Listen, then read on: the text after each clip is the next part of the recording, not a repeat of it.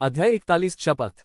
गुलाम बेवकूफ नहीं थे। इनमें से लगभग सभी को खाना बनाना आता था। पहले गुलाम मालिक अक्सर दो लोगों को बाकी गुलामों के लिए खाना बनाने का काम सौंप देते थे, इसलिए उन्हें खाना बनाना आना कोई नई बात नहीं थी। इसके अलावा इस चावल को बनाना बहुत आसान था। दासों ने जल्द ही चावल का एक और बर्तन गर्म करना शुरू कर दिया और फिर उसे उस तांबे के बर्तन से ढक दिया जो झाव ने उन्हें ढक्कन के रूप में दिया था। लेकिन गुलामों को सूप बनाना नहीं आता था। गुलाम मालिक उन्हें सिर्फ चावल की भूसी या सड़े हुए चावल ही खाने देते थे। इसी वजह से महाद्वीप में हर दिन बहुत सारे गुलाम मर जाते थे। लेकिन गुलाम मालिकों को इन मौतों की कोई परवाह नहीं होती थी, क्योंकि वे जाकर और गुलाम खरीद सकते थे। अब गुलाम लोग सब्जियों और तेल को हैरानी से देख रहे थे। डेजी उनकी भावनाओं को समझती थी, लेकिन चूंकि वह भी एक आम इंसान थी, इसलिए उसे कुछ साधारण व्यंजन बनाना आता था। डेजी उस खाली बर्तन के पास गई जिसे झाव बाहर लाया था और उसमें तेल डाल दिया। यह तेल एक पीले रंग के फल से निकला था जिसमें तेल की मात्रा बहुत अधिक थी। यह महाद्वीप में कई जगहों पर उगता है, इसलिए यह बहुत सस्ता था। तेल गर्म होने पर डेजी ने उसमें सब्जियां डाली और उन्हें हल्का हल्का भून लिया। अंत में उसने थोड़ा पानी डाला और थोड़ा नमक भी डाल दिया। पानी में उबाल आने पर सूप तैयार हो गया। सूप बनाने का यह सबसे सरल तरीका था। इसमें तकनीकी बारीकियों या मसालों की कोई खास जरूरत नहीं थी, बस थोड़ा सा मोटा नमक। महाद्वीप पर नमक सस्ता नहीं था। कुलीन वर्ग आमतौर पर पृथ्वी पर पाए जाने वाले नमक की तरह ही बहुत शुद्ध नमक का इस्तेमाल करते थे। लेकिन गुलामों को केवल मोटा नमक मिलता था, जो सस्ता तो था लेकिन उसमें बहुत सारी अशुद्धियां थीं। फिर भी अगर कोई गुलाम मालिक हर 3 दिन में गुलामों को थोड़ा नमक देता तो उसे बहुत उदार माना जाता। लेकिन आमतौर पर गुलामों को हफ्ते में सिर्फ एक बार नमक मिलता था और इतने नमक देने वाले गुलाम मालिकों की संख्या बहुत कम थी। डेजी को साधारण सूप बनाते देख झाव ने आह भरी। मेग उसके बगल में खड़ी थी। मालिक, क्या कोई समस्या है? क्या हमें दासों को कम नमक देना चाहिए था? झाव ने मेग को हैरानी भरी नजरों से देखा। इतने बड़े बर्तन में इतना कम नमक क्यों है? मैं सोच ही रही थी कि हमारा बूढ़ा कबीला कितना कमजोर है कि हम उन्हें सिर्फ सादा खाना ही खिला सकते हैं। जब हमारे पास पैसा आ जाएगा तब हम उन्हें मांस खिलाना शुरू करेंगे। जैसे ही उसने बोलना समाप्त किया, उसे महसूस हुआ कि सबकी निगाहें उस पर टिकी हैं। वह असमंजस में पड़ गया, इसलिए उसने मेघ से फुसफुसाकर पूछा, क्या मैंने कुछ गलत कह दिया? मेघ ने झाव की ओर देखा। हालांकि बूढ़ा कबीले के पास गुलाम थे, लेकिन साम्राज्य द्वारा निर्वासित किए जाने से पहले एडम का कभी भी गुलामों से संपर्क नहीं हुआ था। स्वाभाविक रूप से वह नहीं जानता था कि वे किस प्रकार का जीवन जीते थे। इसलिए उसने धीरे से झाव को गुलामों की जीवन स्थितियों के बारे में बताया। झाव एक नवजात शिशु की तरह इस दुनिया के बारे में सीख रहा था और सब कुछ सुन रहा था। इन लोगों के रहन सहन के बारे में उसके विचार मेघ के विचारों से बिल्कुल अलग थे। ये किसी पुराने जमाने की कहानी जैसा था, जैसे सफेद बालों वाली लड़की ओपेरा का कोई दृश्य। उससे जुड़ना उसके लिए मुश्किल था क्योंकि उसके पास वैसे अनुभव नहीं थे।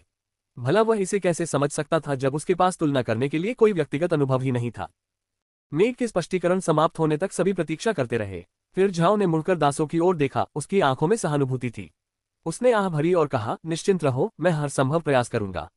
देर सवेर मैं तुम्हें प्रतिदिन मांस खाने दूंगा। मैं बुढ़ा वंश के नाम पर शपथ लेता हूं। झाव एक अच्छा इंसान था। हालांकि अपने पिछले जन्म में वह एक शर्मीला और कम मिलनसार व्यक्ति था, लेकिन इसका मतलब यह नहीं था कि वह बीमार था। वह बस एक ऐसा शौकीन था जो दुनिया के अंधकार को समझ नहीं पाता था, इसलिए उसने खुद को सबसे अलग कर लिया था। वह इसी तरह का इंसान था। लेकिन आक महाद्वीप में झाव की स्थिति बदल चुकी थी। अब वह एक कुलीन व्यक्ति था जिसके पास अपना क्षेत्र था। उसके पास 100 गुलाम थे जिनकी जान की जिम्मेदारी उस पर थी। उसके शब्दों और कार्यों से ही इन लोगों का जीवन और मृत्यु तय होती थी। इन सब बातों ने झाव में जिम्मेदारी की भावना जगा दी। उसका मानना था कि हर किसी को बेहतर जीवन देना उसका कर्तव्य है, इसलिए वह अपने क्षेत्र का विकास करने में जुट गया। दास उत्साह से घुटनों के बल गिर पड़े। समुद्र की तरह वे सब एक साथ झुक गए।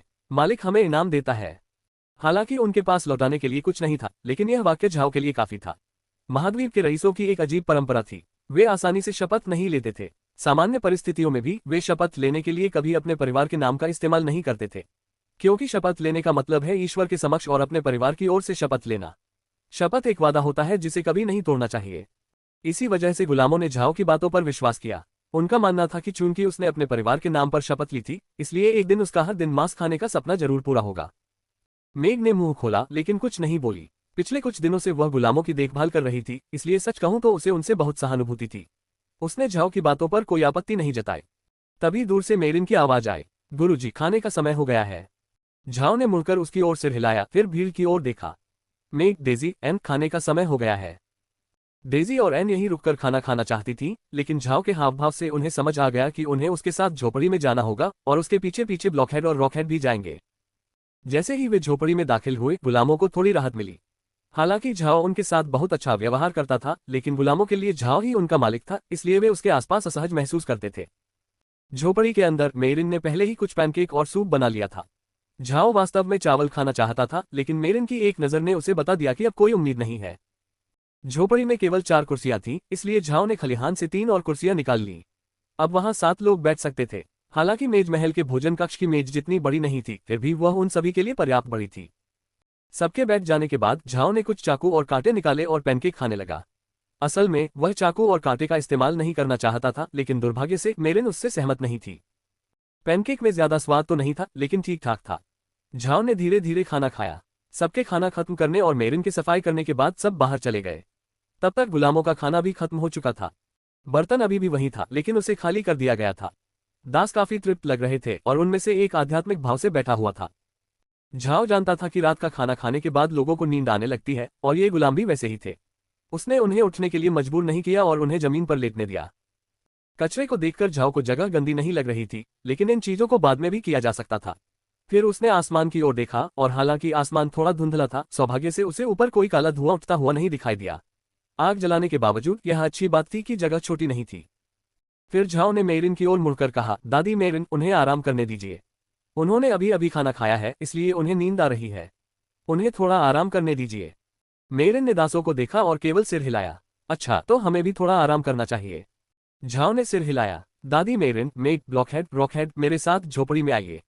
आप सबको कुछ दिखाना है। उसने झोपड़ी का दरवाजा खोला और अंदर चला गया। मेरिन और बाकी सभी को नहीं पता था कि झाओ उन्हें क्या दिखाना चाहता है, लेकिन वे उसके पीछे पीछे अंदर चले गए। अनुवादक के नोट्स, यदि आप व्हाइट हेयर्ड गर्ल ओपेरा के बारे में अधिक जानना चाहते हैं तो यहाँ विकी लिंक दिया गया है। अनुवादक की टिप्पणी #2 इस अध्याय को मूल अनुवादक फाइल से संपादित किया गया है। यदि आपको कुछ भी गलत लगे तो कृपया टिप्पणी करें। अध्याय 42 प्रयास करें। झाओ उन चारों को वापस झोपड़ी में ले गया। फिर वह पलंग पर बैठ गया और स्क्रीन खोली। जैसे ही उसने उसे हाथ से छुआ, स्क्रीन रोशन हो गई और आइकन दिखाई देने लगे। स्क्रीन देखकर सब लोग आश्चर्यचकित रह गए। ये सचमुच अद्भुत था। झाओ ने कैमरा आइकन दबाया और किले का त्रिआयामी दृश्य दिखाई दिया। उसमें बहुत सारे छोटे छोटे हरे बिंदु थे। हरे बिंदुओं में से किसी एक को दबाने से स्क्रीन तुरंत महल के चौक को दिखाने के लिए बदल गई। स्क्रीन केवल उस स्थान से 100 मीटर के दायरे तक का दृश्य दिखा सकती थी जहां से झाओ ने अंतरिक्ष में प्रवेश किया था, और यद्यपि ये दायरा छोटा नहीं था, फिर भी पूरे महल के चौक को दिखाने के लिए बहुत दूर था। स्क्रीन पर प्रदर्शित चौक बहुत बड़ा नहीं था, केवल भीतरी आंगन ही दिखाई दे रहा था, जो महल के सबसे करीब था।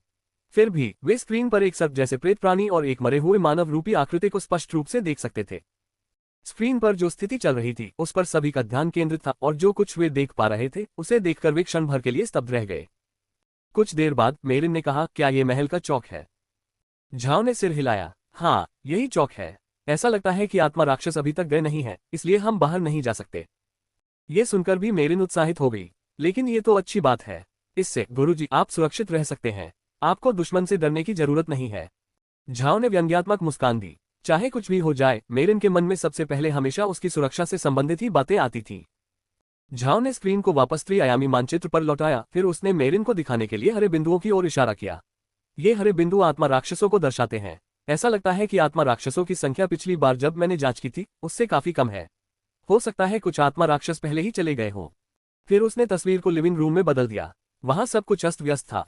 हर चीज तबाह हो चुकी थी। झाओ ने फिर महल के अपने दायरे में आने वाले सभी मुख्य कमरों पर नजर डाली, और उनमें से लगभग सभी मरे हुए प्रेत आत्माओं द्वारा नष्ट कर दिए गए थे। मेरिन ने एक ऐसा चेहरा बनाया जो बिल्कुल भी अच्छा नहीं था। जब वे पहली बार महल में आए थे तब यहाँ कुछ भी नहीं था, लेकिन तब से उन्होंने इसे घरेलू सामानों से भर दिया था। अब सब कुछ नष्ट हो चुका था। 100 मीटर के दायरे में देखने के बाद झाओ ने स्क्रीन को वापस त्रिआयामी मानचित्र पर लौटा दिया। फिर उसने मेरिन की ओर मुड़कर कहा, दादी मेरिन, बाहर की स्थिति बहुत गंभीर है। हमें कुछ दिनों के लिए अंतरिक्ष में आराम करना होगा। अभी आप बस इतना कर सकती हैं कि सबको पढ़ना लिखना सिखाएं। मेरिन ने सिर हिलाया। गुरुजी को चिंता करने की जरूरत नहीं है, मुझे ये करना आता है। फिर झाओ ने कहा, इस बीच मैं अपने खलिहान को साफ कर लेता हूँ। मैं महल के भंडार से बहुत सारे बीज लाया था और मैं उन्हें इस जगह में उगाने की कोशिश करना चाहता हूँ।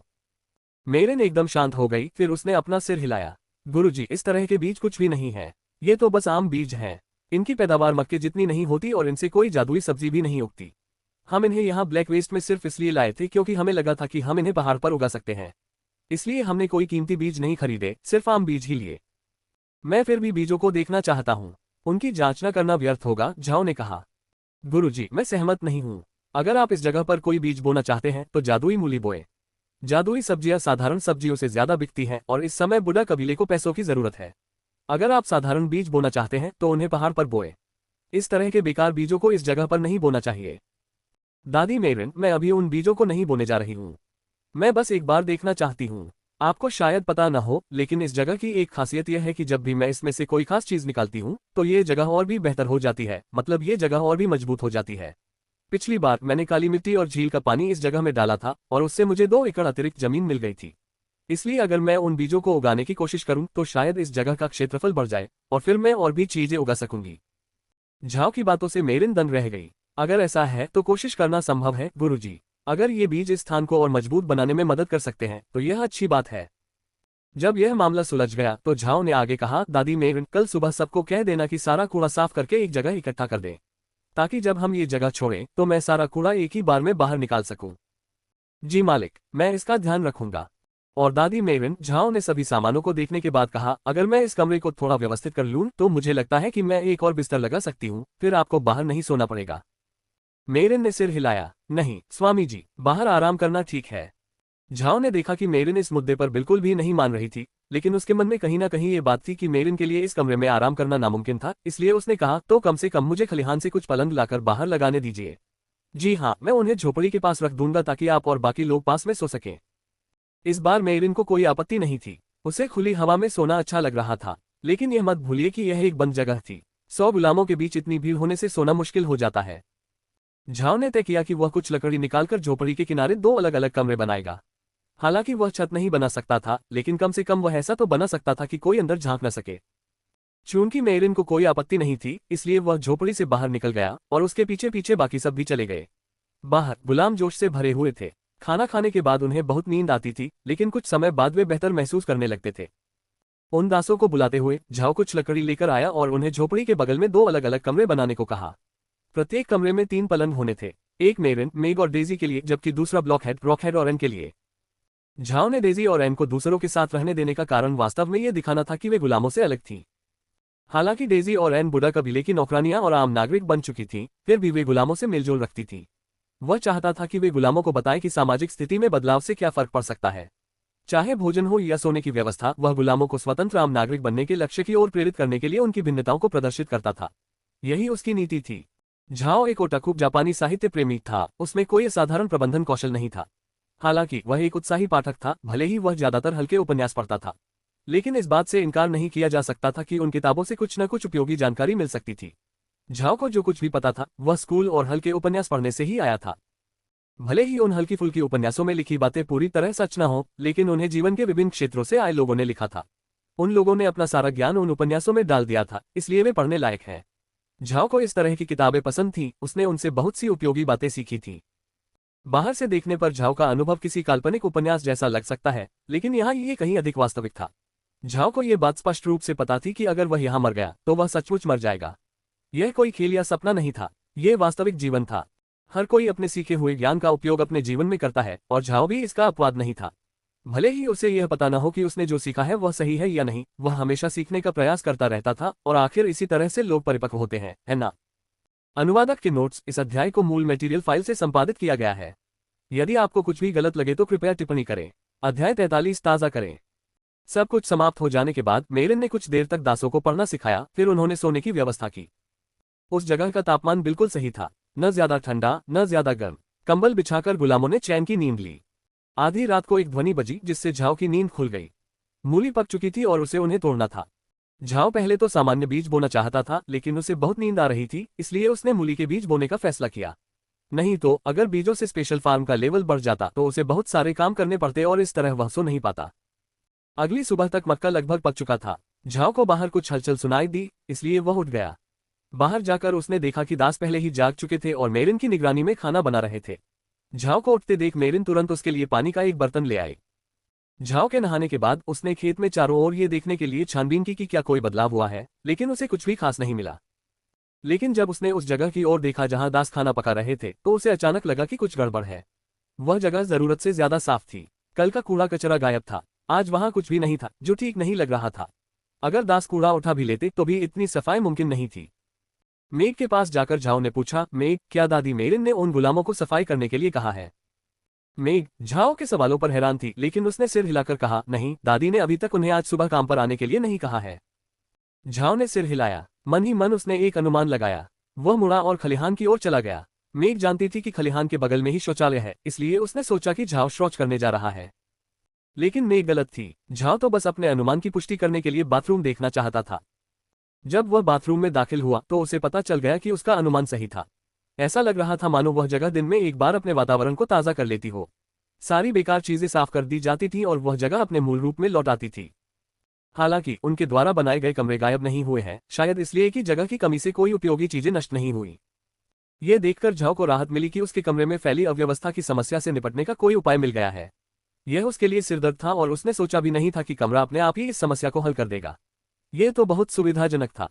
झाव झोपड़ी में लौटा जहां मेघ उसका इंतजार कर रही थी। झाव को देखकर मेघ शर्मा गई। झाव उससे पूछना चाहता था कि वह क्यों शर्मा रही है, लेकिन उसे समझ नहीं आ रहा था कि क्या पूछे, क्योंकि वह अभी स्नानघर से निकला था।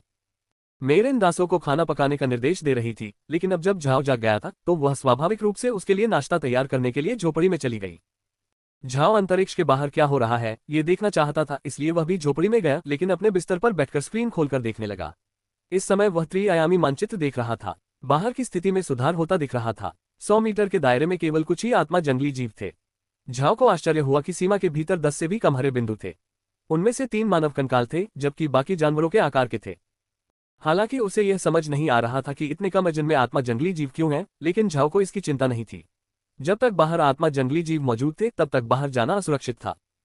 स्क्रीन बंद करके झाव ने रसोई की ओर देखा और पाया कि मेरिन नाश्ता बना रही थी। वह उसके लिए पैनकेक बनाने की तैयारी कर रही थी।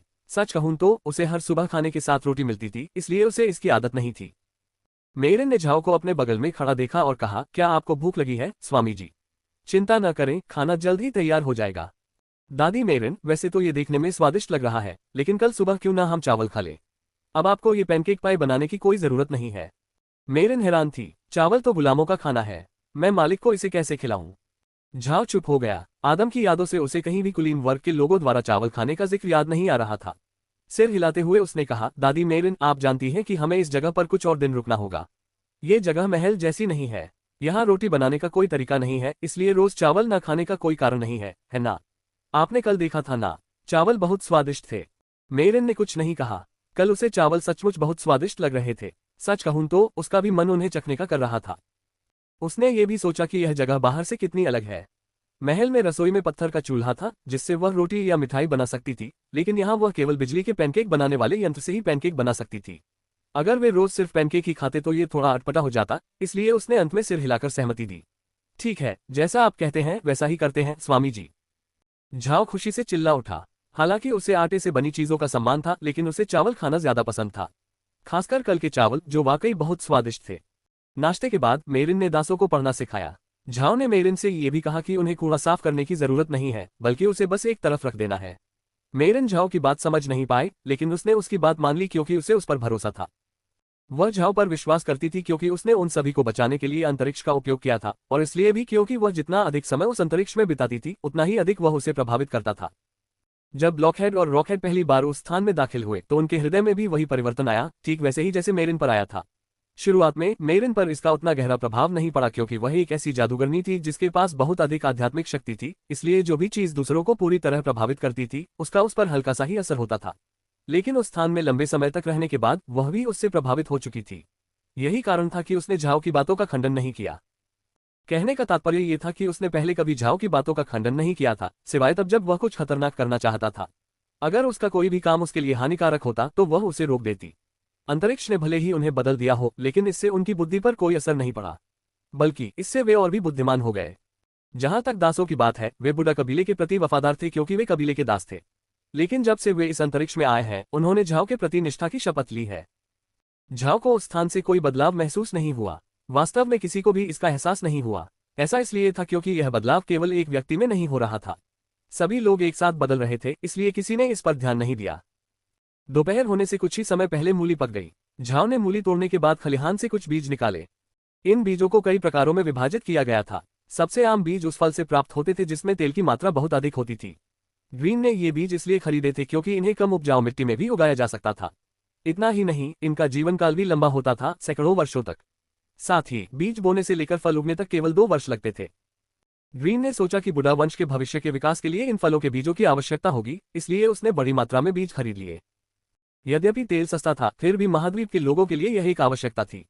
ग्रीन का विचार था कि एक बार जब वे इन फलों के बीज बो देंगे तो 2 साल बाद वे भरपूर फल प्राप्त कर सकेंगे, फिर उन्हें संसाधित करके तेल निकाल सकेंगे। इस तेल को बेचकर बुडा कबीले को नियमित आय प्राप्त हो सकेगी। उसके द्वारा खरीदे गए शेष बीज सामान्य सब्जियों और खेतों में उगने वाले साधारण बीज ही थे। जादुई सब्जियों के बीजों को बहुत उपजाऊ मिट्टी की आवश्यकता होती थी, इसलिए उन्हें पहाड़ पर उगाना असंभव था। इसीलिए उन्होंने साधारण सब्जियों के बीज ही खरीदे। ग्रीन द्वारा खरीदे गए बीज अल्फाल्फा नामक फसल उगाने के लिए इस्तेमाल किए जाते थे, जो एक वार्षिक जड़ी बूटी होती है। इसे कम ऊंचाई वाले शाकाहारी जीवों के चारे के रूप में उगाया जा सकता है। लेकिन इस फसल की सबसे महत्वपूर्ण बात इसका उर्वरक प्रभाव था। इसकी कटाई करते समय पौधे का ऊपरी भाग काट दिया जाता था, जिससे जड़ें मिट्टी में रह जाती थीं। ये जड़ें धीरे धीरे मिट्टी को उपजाऊ बनाती थीं। ये कहा जा सकता है कि ब्लैक वेस्ट आने से पहले ग्रीन ने बुडा कबीले के अस्तित्व को बचाने के लिए कई उपाय सोचे थे। बुनियादी खर्चों को पूरा करने के लिए तेल बनाने हेतु फलों के बीज और पहाड़ों की मिट्टी को उपजाऊ बनाने के लिए अल्फाल्फा के बीज। और एक बार जब जमीन अधिक उपजाऊ हो जाएगी तो वे अन्य फसलें उगा सकेंगे, जिससे उनकी आय और भी बढ़ जाएगी। बेशक ग्रीन को झाव की खेती में की गई धोखाधड़ी के बारे में पता नहीं था। अनुवादक की टिप्पणी। मैं सचमुच इस अध्याय में F5 निंजा के बारे में एक चुटकुला जोड़ना चाहता था। अनुवादक की टिप्पणी #2। ठीक है, मैं यह नहीं बता सकता कि उस स्थान में मन को नियंत्रित करने की क्षमता है या उस स्थान में रहने से जीवन के प्रति आपका दृष्टिकोण बदल जाएगा, जैसे कि जब कोई गरीब आदमी कुछ दिनों के लिए किसी अमीर आदमी के महल में रहता है। अनुवादक की टिप्पणी #3। इस अध्याय को मूल अनुवादक फाइल से संपादित किया गया है। यदि आपको कुछ भी गलत लगे तो कृपया टिप्पणी करें। अध्याय 44 स्तर बढ़ाएं। वनस्पति बीज की खोज। स्तर पहचान नकारात्मक, कोई महत्व नहीं, निष्कर्षण न करें। वनस्पति बीज की खोज। स्तर पहचान नकारात्मक, कोई महत्व नहीं, निष्कर्षण न करें। वनस्पति बीज की खोज। स्तर पहचान नकारात्मक, कोई महत्व नहीं, निष्कर्षण न करें। खेत में बीज की खोज। पहचान स्तर 0। स्थानिक घास के बीजों के समान न निकालें, बीज को सुरक्षित रखें। फल के बीज की खोज। स्तर पहचान 4। बीज निकाला जा रहा है। बीज निकालने की प्रक्रिया पूरी हो गई है। बीज को डिजिटल रूप में दर्ज कर लिया गया है। अब बीज दुकान से खरीदा जा सकता है। जैसे ही झाव ने बीज निकाले, कई आवाजें गूंज उठीं। अल्फाल्फा और फलों के बीजों को छोड़कर बाकी सारे बीज गायब हो गए। ये जगह सचमुच बहुत भरी हुई है, उसने कहा। अगर इसका स्तर काफी ऊंचा न होता तो ये नजर से ओझल हो जाते। शुक्र है, बाकी सब ठीक थे। बाकी किसी को भी उन ध्वनियों की श्रृंखला का अर्थ समझ नहीं आया, न ही उन्हें ये पता था कि पहचान या निष्कर्षण क्या होता है। उन्होंने बस इतना देखा कि आधे बीज गायब हो गए थे। झाव के बोलने के बाद आवाज फिर से गूंजी। खेती का स्तर 5 हो गया है। आपको बैंगन के बीजों का एक थैला मिलेगा, जिससे 2 एकड़ जमीन भरी जा सकती है। नई जमीन पर खेती करने के लिए आपको 5वें स्तर पर होना और 1100 सोने के सिक्के होने चाहिए। आपने ये आवश्यकताएं पूरी कर ली हैं। क्या आप 2 एकड़ जमीन पर खेती करना चाहते हैं? जब झाव ने आवाज सुनी तो उसे राहत महसूस हुई। आखिरकार उसे पता चल गया कि अपने स्पेस फार्म को अपग्रेड करने का सबसे अच्छा तरीका चीजों को अंतरिक्ष में ले जाना था, वरना अपग्रेड की गति बहुत धीमी होती। उसने तुरंत कहा, जमीन की खेती शुरू करो। जैसे ही उसने वे शब्द कहे, मक्के के खेत के बगल में एक सफेद रोशनी चमकी और फिर 2 एकड़ उपजाऊ भूमि प्रकट हुई। ये समझते हुए कि उस स्थान पर उपजाऊ भूमि बढ़ती रहेगी, झाव ने खेल की पृष्ठभूमि वाली भूमि जैसे अन्य स्थानों के बारे में सोचा। उसने सोचा कि क्या वह कभी पृष्ठभूमि में कुछ उगा पाएगा। आह, ये कितना अच्छा होगा। आवाज गूंजी, आपका स्तर पर्याप्त नहीं है। पृष्ठभूमि भूमि की खेती के लिए आपको 30वें स्तर पर होना आवश्यक है। झाव एक पल के लिए रुक गया। क्या वह सचमुच उस स्तर तक पहुंचने पर पृष्ठभूमि की भूमि का उपयोग कर पाएगा? यदि वह कर सका तो ये बहुत अच्छा होगा। मेरन झाव के पास गई। गुरुजी, अब जब आपने कुछ नई भूमि जोत ली है तो आप उसमें क्या बोने वाले हैं? झाव ने 2 एकड़ जमीन के साथ साथ अपनी मूल खेत की जमीन को भी देखा, जहां उसने अभी अभी मूली की कटाई पूरी की थी। दादी मेरन, मैं उस 2 एकड़ जमीन पर मक्का बोने जा रहा हूं। बाकी जमीन पर क्यों न मैं कुछ फलों के बीज बो दूं? आपका क्या विचार है? मीरन ने म्यू एक प्रकार का खेत की ओर देखते हुए जवाब देने में हिचकिचाहट दिखाए। वह जानती थी कि वह वही जादुई मूली उगाता था, इसलिए जब उसने कहा कि वह वहां मूली उगाना जारी रखने की योजना नहीं बना रहा है तो उसे आश्चर्य हुआ। झाव ने मेरिन की झिझक देखी और मुस्कुराते हुए कहा, अभी मेरे पास 2,40,000 किलो मूली है। भले ही ये अच्छी बिकती हो, लेकिन अगर मैं बहुत ज्यादा बेच दूं तो मूली की कीमत गिर सकती है। पर उस फल का तेल अलग है। वह तेल पूरे महाद्वीप में सबके लिए जरूरी है। अगर मैं 10 लाख किलो भी बेच दूं तो भी बाजार पर ज्यादा असर नहीं पड़ेगा। झाव की बात सुनकर मेरिन मान गई। ठीक है गुरुजी, आप आगे बढ़िए और फलों का बगीचा लगाइए। झाव ने सिर हिलाया। एक म्यू फल के बीज बोए। जैसे ही उसकी आवाज धीमी हुई, छोटी फावड़ी और बाल्टी तुरंत काम पर लग गईं और बीज सुरक्षित रूप से जमीन में बो दिए गए। झाव ने हिसाब लगाया और उसे लगा कि वह केवल 300 पेड़ ही लगा पाएगा। फल के बीज बोने के बाद झाव ने बाकी बीजों को वापस खलिहान में रख दिया। फिलहाल वह अभी और मक्का के बीज नहीं बोने वाला था। उसने मक्का के पकने तक इंतजार करने का फैसला किया। इस तरह वह 4 एकड़ में एक साथ मक्का के बीज बो सकेगा और फिर एक साथ फसल काट सकेगा। झाओ के प्रदर्शन से हर कोई दंग रह गया। इतनी बड़ी जगह में मौजूद सभी लोग झाओ के हर शब्द को ध्यान से सुन रहे थे। ये किसी चमत्कार से कम नहीं था। भीड़ श्रद्धा से उसकी ओर देख रही थी और मेरिन की आंखों में भी वही भाव था। अंतरिक्ष में जो कुछ भी घट रहा था वह बेहद आश्चर्यजनक था। दासों की तो बात ही छोड़िए, मेरिन ने भी कभी ऐसी किसी चीज के बारे में नहीं सुना था। वे इस बात से अचंभित थे कि इस दुनिया में ऐसी कोई चीज भी मौजूद है। सबकी निगाहें खुद पर देखकर झाओ को थोड़ी शर्मिंदगी महसूस हुई। हालांकि अब वह बुढ़ा कबीले का मुखिया था, लेकिन अपने पिछले जन्म में वह एक ओटाकू शौकिया और शौकिया कलाकार था, इसलिए स्वभाव से ही वह सबके सामने शर्मा जाता था। झाओ ने झट से कहा, दादी मेरिन, मैं बाहर की स्थिति देखने के लिए झोपड़ी में वापस जा रहा हूँ। वह झोपड़ी में गया और दरवाजा बंद कर लिया। झाओ को जाते हुए देखकर मेरिन और मेग अपनी हंसी नहीं रोक पाई। वे समझ गईं कि वह शर्मा रहा है। ये देखकर उन्हें आश्चर्य हुआ क्योंकि वे पहले वाले आदम को जानती थीं और वह कभी शर्मिला नहीं था। लेकिन आदम और झाओ बिल्कुल अलग थे। पहले झाओ का लोगों से ज्यादा संपर्क नहीं था, इसलिए वह बहुत शर्मिला था। उसे इस तरह व्यवहार करते देखना मेरिन और मेग को बहुत मजेदार लगा। जब झाओ झोपड़ी में दाखिल हुआ तो उसने खुद को शांत करने के लिए कुछ गहरी सांसें ली, फिर उसने उन दोनों को कोसना शुरू कर दिया। इसके बाद उसने पर्दा खोला और महल की ओर देखने लगा, ये पता लगाने की कोशिश कर रहा था कि कहीं कोई प्रेत राक्षस तो नहीं है। वह ये सब बिस्तर पर लेटे लेटे कर सकता था। उस जगह का संचालन करना सचमुच बहुत आसान था। ऐसी बहुत सी चीजें थी जो उसे नहीं आती थी, चाहे वह हल चलाना हो या सामान्य रूप से खेती करना, लेकिन उसे बस सोचना होता था और वह जगह उसकी मदद कर देती थी। हालांकि यह काफी सुविधाजनक था, फिर भी इससे उसे बहुत ऊब महसूस होती थी। झोपड़ी के बाहर से उसे मेरिन को दासों को पढ़ना सिखाते हुए सुनाई दे रहा था। यह आवाज उसके मन को सुकून दे रही थी। उसे ऐसा लग रहा था मानो वह लू शिमिंग नामक कविता में हो, जिसमें एक रईस के जर्जर घर में रहने का वर्णन है। झाओ को अचानक पढ़ने की इच्छा हुई, इसलिए उसने खलिहान से एक पुरानी किताब निकाल ली। मक्का पकने में 2 घंटे लगे। झाओ मक्का काटने के लिए बाहर गया, फिर उसने 4 एकड़ जमीन में कुछ मक्के के बीज बो दिए। काम खत्म होने के बाद वह अपनी झोपड़ी में लौट आया और पढ़ना जारी रखा। झाओ को पता था कि अन्य फसलों के विपरीत तिलहन फल इतनी तेजी से नहीं उगेंगे। आखिरकार बाहरी दुनिया में इन्हें पूरी तरह से परिपक्व होने में 2 साल लगते हैं। अब जब बीज को डिजिटल कर दिया गया है तो उन्होंने अनुमान लगाया कि इसमें लगभग 3 से 4 दिन लगेंगे। अगले 2 दिनों में हालांकि मक्का पक चुका था, लेकिन फल के बीज अंकुरित होने ही लगे थे। इन 2 दिनों में झाओ महल की स्थिति पर नजर रख रहा था। अब तक उससे किसी भी अचेतन आत्मा राक्षस का आभास नहीं हुआ था, लेकिन उसने मेरिन को अभी तक बाहर घूमने नहीं दिया था। उसे डर था कि कहीं आत्मा राक्षस अभी भी आसपास ही न हो, बस उसकी पहुंच से थोड़ा दूर। अगर वे मेरिन को ढूंढ लेते तो भले ही वह सीधे तौर पर खतरे में न होती, फिर भी जोखिम बना रहता। फिर भी वे इस जगह पर हमेशा के लिए नहीं रह सकते थे। आखिरकार ये महल ही उनका घर था। उन्हें देर सवेर यहां से जाना ही था। इन दिनों झाओ ने पाया कि गुलामों का मूड ठीक नहीं था। हालांकि वे पढ़ना लिखना सीख रहे थे, लेकिन काम नहीं कर रहे थे। वे बस खाते पीते और अपनी साक्षरता में सुधार करते रहते थे। उन्हें बिल्कुल भी काम न करने की आदत नहीं थी और किसी कारणवश उन्हें झाओ पर दया आ रही थी। वे प्रतिदिन भोजन में सूप के साथ सुगंधित चावल खाते थे, जो दासों के लिए स्वर्ग के समान था। हालांकि इससे वे झाओ के प्रति कृतज्ञता महसूस करते थे, लेकिन साथ ही उन्हें यह भी लगता था कि वे उसके साथ कुछ गलत कर रहे हैं। लेकिन झाओ ने इस बात पर ध्यान नहीं दिया। वह तो बस पढ़ता ही रहा। उन्हें मेरिन पढ़ा रही थी। 2 दिन बीत जाने के बाद ही झाओ को एहसास हुआ कि दासों का मूड बहुत खराब लग रहा था। मेरिन को इसका कारण नहीं पता था, इसलिए उसके पास डेजी को उनसे पूछने देने के अलावा कोई विकल्प नहीं था, क्योंकि वे उसके साथ अधिक खुले दिल से बात करते थे। शाम के भोजन के दौरान डेजी ने उनसे पूछा कि क्या गड़बड़ है। जब उसने मेरिन को बताया और जब झाओ ने इसके बारे में सुना तो वह अवाक रह गया। अनुवादक की टिप्पणी, मैंने ये समझने की कोशिश की कि गुलामों का मूड खराब क्यों था, लेकिन शायद मैं इसे ठीक से समझ नहीं पाया। हो सकता है कि अगले अध्याय में इसका स्पष्टीकरण मिल जाए। अनुवादक की टिप्पणी #2, मुझे लगता है कि पृष्ठभूमि में दिख रही जमीन खेल की पृष्ठभूमि है। आप इसे देख सकते हैं, लेकिन आप वास्तव में अभी वहां नहीं जा सकते। अनुवादक की टिप्पणी #3, इस अध्याय को मूल अनुवादक फाइल से संपादित किया गया है। यदि आपको कुछ भी गलत लगे तो कृपया टिप्पणी करें। अध्याय 45, क्रोधित। रात के खाने के बाद मेरिन और झाओ कमरे में अकेले रह गए। जब वह चाय बना रही थी, झाओ ने पूछा, दादी मेरिन, आपको क्या लगता है कि हमें गुलामों के बारे में क्या करना चाहिए? मेरिन ने कुछ देर सोचा, फिर झाओ की आंखों में देखते हुए बोली, क्या आप सचमुच मेरी सलाह सुनना चाहते हैं, गुरुजी? बिल्कुल, दादी मेरिन, आप ही तो दासों का प्रबंधन करती रही हैं। निर्वासन से पहले मैंने कभी बुढ़ा कबीले का नियंत्रण नहीं संभाला था, इसलिए इस लिहाज से आपके पास मुझसे कहीं अधिक अनुभव है। प्रशंसा के लिए धन्यवाद, स्वामी जी। मेरिन मुस्कुराए। मेरी सलाह ये है, मुझे लगता है कि आप दासों के प्रति बहुत नर्म रहे हैं।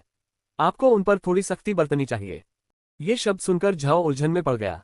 आप कह रहे हैं कि मुझे गुलामों के प्रति थोड़ा और कठोर होना चाहिए? क्यों? मालिक, आप जानते हैं, कठोर स्वभाव रखना कोई बुरी बात नहीं है। अगर आप बहुत नर्म दिल होंगे तो लोग सोचेंगे कि आप पर अत्याचार किया जा सकता है। बेशक गुलाम कभी आपके साथ ऐसा नहीं करेंगे, लेकिन अगर उन्हें लगेगा कि आप उनके प्रति बहुत दयालु हैं तो उन्हें आप पर दया आएगी। इस बार तो यह इसलिए है क्योंकि आपने उन्हें पढ़ना लिखना सिखाया है। उनकी नज़र में पढ़ना सीखना एक इनाम है, लेकिन उन्होंने काम नहीं किया है, इसलिए उन्हें यह इनाम देने से वे असहज महसूस कर रहे हैं।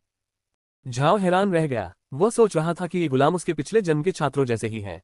सच तो यह है कि कोई भी छात्र पढ़ाई को इनाम नहीं मानता। वे तो सिर्फ क्लास खत्म होने पर ही खुश होते हैं। लेकिन इस दुनिया में हालात अलग थे। लगभग सभी तकनीक और ज्ञान गुलामों से दूर रखे गए थे। गुलाम सिर्फ काम करने के लिए थे। कुलीन वर्ग की नज़र में गुलामों को इंसान भी नहीं माना जाता था। मैं समझ गई, झाओ ने कहा। धन्यवाद दादी मेरिन, मुझे इस बारे में सोचने दीजिए। मेरिन ने प्रसन्नतापूर्वक सिर हिलाया। यह निर्विवाद था कि वह एक अच्छा इंसान बन गया था, लेकिन उसने ये भी माना कि उसे अभी बहुत कुछ सीखना बाकी था। झाओ कुछ देर वहीं बैठा रहा। वह इस समस्या से निपटने के बारे में सोच रहा था। सच कहूं तो चूंकि यह पहली बार था जब उसे ऐसी किसी समस्या का सामना करना पड़ा था, इसलिए उसे यकीन नहीं था कि वह इसे संभाल पाएगा। कुछ देर सोचने के बाद झाओ खड़ा हुआ और गहरी सांस ली। दादी मेरिन, मैं गुलामों से मिलना चाहता हूँ। मेरिन ने सिर हिलाया। दोनों झोपड़ी से निकलकर गुलामों के पास गए, जो उस समय जमीन पर अपने शब्दों का अभ्यास कर रहे थे और मिट्टी पर लिखने के लिए मक्के के डंठलों का इस्तेमाल कर रहे थे। झाओ की नज़र में गुलाम कुछ सुस्त लग रहे थे। यह उस उत्साह से बिल्कुल अलग था जो उनमें तब था जब उन्होंने पहली बार पढ़ना लिखना सीखना शुरू किया था। रुको, झाओ ने कहा। जब दासों ने झाओ को देखा तो उन्होंने तुरंत अपने मक्के के डंठल गिरा दिए और जमीन पर घुटने टेक दिए। लेकिन इस बार ऐसा नहीं था, क्योंकि झाओ ने उन्हें वापस खड़े होने के लिए नहीं कहा। मैंने सुना है कि पिछले कुछ दिनों से तुम लोग पढ़ना लिखना सीखने में ज्यादा दिलचस्पी नहीं दिखा रहे हो। उसकी आवाज बहुत तेज नहीं थी, लेकिन उसमें एक अजीब सी शांति थी जिससे गुलाम अनजाने में कांप उठे। सबने एक साथ कहा, हे स्वामी, हमें दंड दीजिए। झाओ के शब्द बर्फ की तरह ठंडे थे। तुम्हें अभी तक समझ नहीं आया? पढ़ना लिखना सीखना कोई इनाम नहीं है। ये तो बुढ़ा कुल की बेहतर सेवा करने के लिए है। चाहे तुम मूर्ख ही क्यों न हो, कुल की वर्तमान स्थिति को तो तुम्हें समझना ही चाहिए। शारीरिक श्रम के अलावा तुम और क्या कर सकते हो? तुम क्या बना सकते हो? तुम्हारी विशेषता क्या है? अगर मैं तुम्हें एक किताब दूं तो क्या तुम उसके शब्द समझ पाओगे? नहीं, तुम नहीं समझ पाओगे। तुम्हें कुछ भी समझ नहीं आता। क्या तुम घोड़ा हो? क्या तुम घोड़े की तरह काम करने के अलावा कुछ नहीं कर सकते? याद रखो, इंसान पढ़ना सीख सकते हैं, लेकिन घोड़ा नहीं। अगर तुम नहीं सीखोगे तो बुढ़ा कुल की बेहतर सेवा कैसे कर पाओगे? सभी गुलाम घुटनों के बल कांप रहे थे। झाओ ने पहली बार उनसे इतने कठोर शब्द कहे थे। वे डरे हुए थे। झाओ ने खुद को शांत करने के लिए कुछ गहरी सांसें ली। मैंने तुमसे कहा था कि अगर तुम अच्छा करोगे तो मैं तुम्हें गुलामी से मुक्त कर दूंगा। लेकिन अगर मैं तुम्हें आम नागरिक का दर्जा दे दूं, तो क्या तुम्हें लगता है कि तुम्हारा जीवन सुखमय होगा? गलत। अगर तुम कुछ भी खरीदने में असमर्थ हो तो ज्यादा से ज्यादा तुम एक निम्न स्तर के आम नागरिक ही रहोगे। तुम्हें याद रखना होगा कि मुझे बुढ़ा कबीले के लिए प्रेरित लोगों की जरूरत है, ऐसे लोग जो एक अच्छा जीवन जीने के लिए दृढ़ संकल्पित हो, न कि ऐसे लोग जो मरने तक सिर्फ खा पीकर संतुष्ट हो जाएं। फिर उसने डेजी की ओर देखा। तुम शायद सोच रही होगी कि मैंने डेजी को आम नागरिक का दर्जा क्यों दिया, जबकि वह सिर्फ घास फूस बुनती थी। तुम में से बहुत से लोग अब घास फूस बुनना जानते हैं, और यहाँ तक कि इनके साथ काम करने वाले भी बुरा काम नहीं कर रहे हैं, तो मैंने तुम्हें आम नागरिक का दर्जा क्यों नहीं दिया? मैं तुम्हें बताता हूँ। ऐसा इसलिए है क्योंकि उसने हिम्मत दिखाए और अपनी जिंदगी बदलने की कोशिश की। वह बेहतर बनना चाहती थी, साथ ही अपने भाई को भी बचाना चाहती थी। मैं तुम्हें शिक्षा का एक उचित अवसर दे रहा हूँ, इनाम नहीं। मुझे उम्मीद है कि तुम डेजी से सीखोगी। इस समय बुढ़ा कबीले को 100 समर्पित लोगों की जरूरत है, 100 गुलामों की नहीं। समझी? घुटनों के बल बैठकर दासों ने जोर से चिल्लाकर कहा, हम समझ गए स्वामी। दास बहुत उत्साहित थे। यह पहली बार था जब कोई कुलीन व्यक्ति उन्हें कुछ बेहतर बनने में मदद करने की कोशिश कर रहा था। हालांकि झाओ ने उनसे कठोर लहजे में बात की, लेकिन उनके मन में कोई द्वेष नहीं था। इसके विपरीत वे झाओ के प्रति कृतज्ञता और आदर से भरे हुए थे। झाओ ने अपना भाषण समाप्त करने के बाद कहा, खड़े हो जाओ। मुझे अच्छा नहीं लगता जब लोग हमेशा मेरे सामने घुटने टेकते हैं। याद रखो, पढ़ना लिखना अच्छी तरह सीख लो। यह कोई इनाम नहीं, मेरा आदेश है। सभी दास एक साथ खड़े हो गए और बोले, जी स्वामी। यद्यपि गुलाम लंबे समय से जमीन पर घुटने टेककर बैठे थे, लेकिन जब वे खड़े हुए तो मुरझाने के बजाय उनके शरीर शक्ति से भरे हुए थे। मेरिन झाओ के पीछे खड़ी थी और उसकी आंखों में खुशी की चमक थी। उसने मन ही मन सोचा था कि झाओ आज इतना अच्छा प्रदर्शन नहीं करेगा, बल्कि उसकी कल्पना से भी कहीं बेहतर करेगा। उसने न केवल गुलामों पर सख्ती बरती, बल्कि उन्हें अपने प्रति कृतज्ञता का भाव भी दिलाया। वह झाओ के प्रदर्शन से बेहद संतुष्ट थी। दासों को शरीर फैलाते हुए देखकर झाओ ने सिर हिलाया, फिर मेरिन की ओर मुड़कर कहा, बाकी सब आप पर निर्भर है दादी मेरिन। लेकिन शायद इस बार हमें उन्हें रोजाना नहीं पढ़ाना चाहिए, नहीं तो उनके दिमाग लकड़ी के हो जाएंगे और वे कुछ भी याद नहीं रख पाएंगे। मेरिन मुस्कुराए, गुरुजी को चिंता करने की जरूरत नहीं है। मुझे पता है मैं क्या कर रही हूँ। छात्रों को पढ़ाना मेरा पहला अनुभव नहीं है। झाओ हंसा, फिर मुड़ा और झोपड़ी में चला गया, जबकि मेघ उसे श्रद्धा भरी निगाहों से देखती रही। आज मेघ को लगा कि झाओ बेहद आकर्षक लग रहा है। जब उसने भाषण दिया तो उसके शरीर से एक अजीब सी चमक निकल रही थी जिसने उसकी आंखों को अपनी ओर खींच लिया। वह एक पल के लिए भी उससे नजरें नहीं हटा सकी। जब झाओ झोपड़ी में लौटा तो उसने याद करने की कोशिश की कि क्या उसने सब कुछ योजना के अनुसार किया था। उसने अपने भावों, उचित स्थानों पर विराम और चेहरे के भावों पर गौर किया ताकि प्रदर्शन अधिक वास्तविक लगे। अपने शब्दों पर विचार करते हुए उसने ध्यान नहीं दिया कि मेघ उसके पीछे कमरे में आ गई थी। झाओ को देखकर मेघ मुस्कुराए बिना नहीं रह सकी। उसकी ताकत ने उसके मन को शांत कर दिया, जिससे उसे एक बेहद सुकून देने वाला एहसास हुआ। तभी झाओ ने देखा कि कोई उसके पीछे खड़ा है। हैरानी से उसने पीछे मुड़कर देखा तो वह मेघ थी। झाओ एक ओटाकू लड़कियों का दीवाना था, इसलिए उसे लड़कियों से संपर्क करने की आदत नहीं थी। अब जब मेघ उसके पीछे खड़ी थी तो उसे समझ नहीं आ रहा था कि क्या करे। असहाय महसूस करते हुए झाओ ने कहा, आह मेघ, मैं तुम्हारे लिए क्या कर सकता हूँ? क्या मैं इस कमरे में प्रवेश नहीं कर सकती, स्वामी? मेघ मुस्कुराए। जी हाँ बिल्कुल, झाओ ने तुरंत कहा। आप कभी भी अंदर आ सकते हैं। बैठ जाए, मैं चाय बनाती हूँ। मेघ अपनी हंसी नहीं रोक पाए। मालिक, मुझे चाय बनाने दीजिए, नहीं तो दादी मुझे डांट देंगी। नहीं, मुझे करने दो, मैंने ही तो तुम्हें ड्रिंक ऑफर की थी, झाओ ने कहा। अनुवादक के नोट्स: इस अध्याय को मूल मटेरियल फाइल से संपादित किया गया है। यदि आपको कुछ भी गलत लगे तो कृपया टिप्पणी करें। अध्याय 46 लाल बिंदु। मेघ ने झाओ को देखकर हंसते हुए कहा। उसने सच में नहीं सोचा था कि इस व्यक्ति का चरित्र इतना अच्छा हो जाएगा। पहले एडम बेफिक्र और चंचल था, मानो बेवकूफी की हद तक पहुंच गया हो। लेकिन अब झाओ अंतर्मुखी, शांत और बहुत ध्यान देने वाला था। उसे झाओ ज्यादा पसंद था। मेघ के चुप रहने पर झाओ घबरा गया और उसे समझ नहीं आ रहा था कि क्या करे। अच्छा, आप बैठ जाए, मैं बाहर जाकर स्थिति का जायजा ले लेता हूँ। उसने अपनी स्क्रीन खोली और महल की ओर देखा। त्रिआयामी मानचित्र में कोई हरे बिंदु नहीं थे, ठीक वैसे ही जैसे पिछली बार जांच करने पर थे। झाओ ने आह भरी। वह 2 और दिन इंतजार करने की तैयारी कर रहा था। 2 दिनों में अगर हरे बिंदु दोबारा दिखाई नहीं दिए तो वह मेरिन को ये पता लगाने के लिए भेजेगा कि क्या वास्तव में आत्मा राक्षस चले गए हैं। मेघ झाओ के बगल में खड़ी थी और स्क्रीन को देख रही थी, लेकिन उसे इसे चलाना नहीं आता था। ऐसा लग रहा था मानो इस जगह पर सिर्फ झाओ ही कुछ कर सकता हो। उदाहरण के लिए ब्लॉकहेड ने छोटे फावड़े और बाल्टियां उठाने की कोशिश की, लेकिन ऐसा लगा जैसे वे जमीन पर कीलों से जड़े हों। अपनी पूरी ताकत लगाने के बावजूद भी वह उन्हें हिला नहीं सका। मेघ समझ गई थी कि हरे बिंदु आत्मा राक्षसों का प्रतिनिधित्व करते हैं।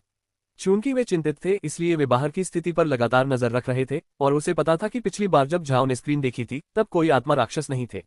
जब मेरिन बाहर जाकर देखना चाहती थी तो झाओ ने उसे रोक दिया। मेरिन ने उसके फैसले का विरोध नहीं किया क्योंकि वह जानती थी कि वह चिंतित है। लेकिन जब मेघ ने देखा कि फिर से कोई हरे बिंदु नहीं दिख रहे हैं तो उसने हड़बड़ी में कहा, गुरुजी, बाहर कोई प्रेत राक्षस नहीं है, मुझे बाहर जाकर देखने दीजिए। मेरी गति के साथ कोई खतरा नहीं होगा। झाओ ने सिर हिलाया। अभी समय नहीं है। वे आत्मा जंगली जानवर भले ही गायब हो गए हों, लेकिन वे खाई के उस पार कहीं हो सकते हैं। और अगर पूरे महल में जहर फैला हो तो अगर हम जल्दबाजी में वहां गए तो मुसीबत में पड़ सकते हैं। चलो 1-2 दिन और यहीं रुकते हैं ताकि कुछ अतिरिक्त सावधानी बरती जा सके। हालांकि मेघ झाओ की बात से सहमत नहीं थी, फिर भी उसने सिर हिलाया, लेकिन तभी अचानक उसकी नजर स्क्रीन पर किसी चीज पर पड़ी। गुरुजी, वह लाल बिंदु क्या है? झाओ का ध्यान स्क्रीन पर नहीं था, इसलिए जब तक मेघ ने उसे बताया नहीं तब तक उसने लाल बिंदु को देखा ही नहीं। उसने मुड़कर देखा। स्क्रीन पर सचमुच एक लाल बिंदु था, और वह बहुत तेजी से हिल रहा था। लाल बिंदु महल के मुख्य कमरों से तेजी से गुजर रहा था। झाओ हैरान था क्योंकि उसने इसे पहले कभी नहीं देखा था। उसने तुरंत स्क्रीन पर लाल बिंदु को दबाने की कोशिश की, लेकिन वह इतनी तेजी से चल रहा था कि वह उसे दबा नहीं पाया। उसके पास एकमात्र उपाय यह था कि वह बैठक कक्ष का दृश्य देखे और चुपचाप लाल बिंदु के वहां पहुंचने का इंतजार करे। मेघ भी स्क्रीन को देख रही थी, लेकिन कभी कभी उसकी नजर ऊपर बाईं ओर के कोने पर चली जाती थी जहां महल का छोटा त्रिआयामी नक्शा बना हुआ था। वह लाल बिंदु की गति को देख पा रही थी क्योंकि वह कमरों का भ्रमण कर रहा था। कुछ ही देर में लाल बिंदु तीसरी मंजिल से नीचे उतरने लगा और अब बैठक कक्ष की ओर बढ़ने लगा। झाओ और मेघ ने बैठक कक्ष पर ध्यान केंद्रित किया और जल्द ही लाल बिंदु वहीं पहुंच गया। अचानक स्क्रीन पर एक परछाई चमकी और कमरे में एक आदमी प्रकट हुआ। उस आदमी को देखकर झाओ और मेघ खुशी से चिल्ला उठे। ये तो ग्रीन था। ग्रीन को देखकर मेघ ने झाओ का कंधा पकड़ लिया। मास्टर, दादाजी हैं। दादाजी वापस आ गए हैं। वे हमें ढूंढ रहे हैं। झाओ ने सिर हिलाया। एक विचार के साथ ही ग्रीन के सामने अचानक एक धुंधला छेद दिखाई दिया, जिसके बाद झाओ की आवाज आई, दादा ग्रीन, अंदर आइए। ग्रीन चिंतित महसूस कर रहा था। वह पिछले 2 दिनों से ब्लैक वेस्ट में वापस आ गया था। जब ग्रीन ने पहली बार ब्लैक वेस्ट छोड़ा तो वह परसेल डची में गया, जो अक्सू शाही रियासत का एक सहायक राज्य था। इस डची पर इवान परसेल का शासन था। ब्लैक वेस्ट इसके पीछे स्थित होने के कारण उस दिशा से कोई खतरा नहीं था, इसलिए डची का विकास हुआ और वह अक्सू साम्राज्य के सबसे विकसित आर्थिक क्षेत्रों में से एक बन गई, जिससे ड्यूक इवान बहुत शक्तिशाली हो गया। यह उल्लेख करना आवश्यक है कि परसेल परिवार और बुडा परिवार के बीच एक बेहद गुप्त संबंध था। इवान की प्रिय पुत्री रूई परसेल, जो भावी डचेस थी, की शादी एडम बुडा से तय हुई थी। सामान्यतया रूई एडम की मंगेतर होती, लेकिन अब वह झाओ की मंगेतर थी। लेकिन महाद्वीप में किसी भी पारखी नजर वाले व्यक्ति को एक नजर में ही पता चल जाता था कि परसेल परिवार के लिए इस विवाह को स्वीकार करना असंभव था। ऐसा इसलिए था क्योंकि सभी जानते थे कि इन कुलीनों के बीच कोई सच्चा प्रेम या मित्रता नहीं थी। आदम और रूई का विवाह केवल राजनीतिक उद्देश्यों के लिए था। इसलिए जब बुढ़ा वंश संकट में था तो परसेल वंश ने उनकी मदद नहीं की, बल्कि जानबूझकर उन्हें भुला दिया। यहाँ तक कि जब बुढ़ा वंश को अपने निर्वासन के लिए ब्लैक वेस्ट जाने के लिए परसेल रियासत को पार करना पड़ा, तब भी परसेल वंश उनसे मिलने नहीं आया, जिससे उनकी परेशानी और बढ़ गई। फिर भी ग्रीन ने यह माना कि परसेल कबीले ने वास्तव में अपने क्षेत्र का अच्छी तरह से प्रबंधन किया था और ठीक इसी कारण से यह एक डची बनने में सक्षम हुआ था।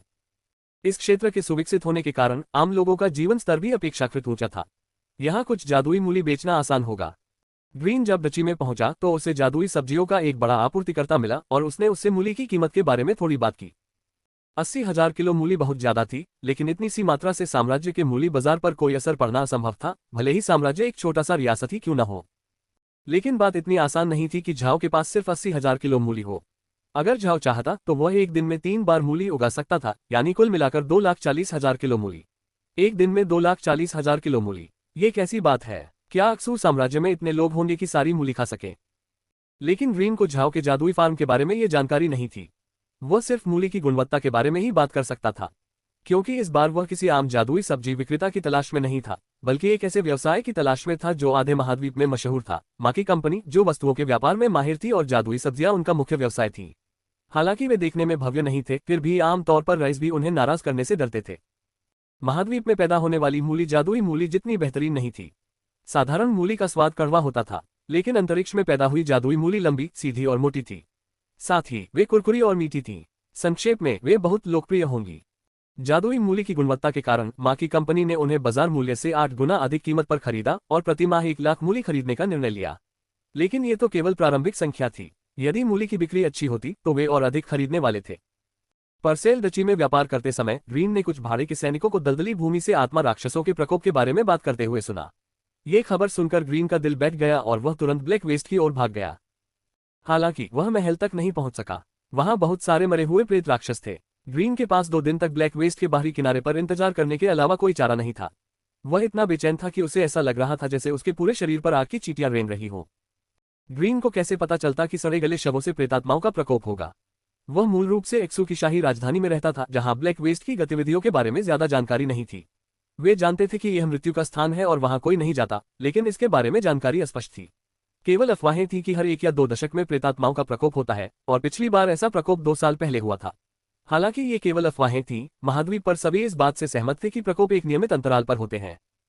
इसी वजह से ग्रीन ने किले की सुरक्षा पर ज्यादा खर्च नहीं किया था।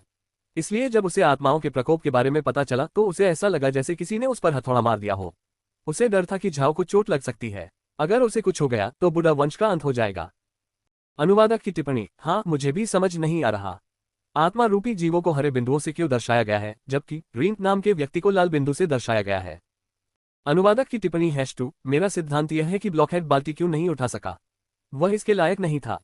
अनुवादक की टिप्पणी #3: इस अध्याय को मूल अनुवादक फाइल से संपादित किया गया है। यदि आपको कुछ भी गलत लगे तो कृपया टिप्पणी। अध्याय 47: गणना। जैसा कि झाओ को उम्मीद थी, मरे हुए आत्माओं वाले जानवर ब्लैक वेस्ट में घूम रहे थे। सौभाग्य से किले में अब कोई भी प्रेतात्मा नहीं थी, न ही उन्होंने द्वार तोड़ा और न ही रक्षात्मक दीवारों को नष्ट किया। वे केवल दीवारों पर चढ़कर किले में प्रवेश करने, अंदर सब कुछ तोड़ने और फिर वापस बाहर निकलने में सफल रहे। ये बात माननी ही पड़ेगी कि सबसे साधारण आत्मा प्राणी भी पृथ्वी पर किसी भी जानवर से अधिक शक्तिशाली होता है। अगर आग महाद्वीप पर शेर और बाघ होते तो वे भूख से मर जाते। जब ग्रीन ने देखा कि किले के अंदर सब कुछ नष्ट हो चुका है तो उसका दिल जम गया, लेकिन वह आम लोगों की तरह घबराया नहीं। बचपन में वह एडम के दादा और बाद में उसके पिता के साथ युद्ध के मैदान में लड़ा था, इसलिए उसे युद्ध का काफी अनुभव था। उसे यह समझने में बस कुछ ही सेकंड लगे कि कुछ गड़बड़ है। किले में लड़ाई के कोई निशान नहीं थे। सब कुछ नष्ट हो जाने के बावजूद ग्रीन को कहीं भी खून का निशान नहीं दिखा। शायद महल में किसी को न पाकर आत्मा राक्षस अपना क्रोध निकाल रहे थे। ये सुनिश्चित करने के लिए ग्रीन ने सावधानीपूर्वक हर कमरे की तलाशी ली, लेकिन उसे कोई नहीं मिला। उसके दिमाग में एक ही बात आई कि अचानक सब लोग गायब हो गए थे। तभी बैठक कक्ष में एक धुंधला सा छेद दिखाई दिया, जिसके बाद झाओ की आवाज आई, दादाजी ग्रीन, अंदर आइए। ग्रीन चौंक गया। वह धुंध को चीरते हुए अंदर घुसा, लेकिन उसे कुछ भी दिखाई नहीं दिया। हालांकि उसके पास कोई और विकल्प नहीं था, इसलिए वह अंदर कूद गया। हरे भरे पेड़ पौधे तेल वाले फलों के खेतों के ठीक किनारे पर स्थित एक छोटे से खेत में दिखाई दिए।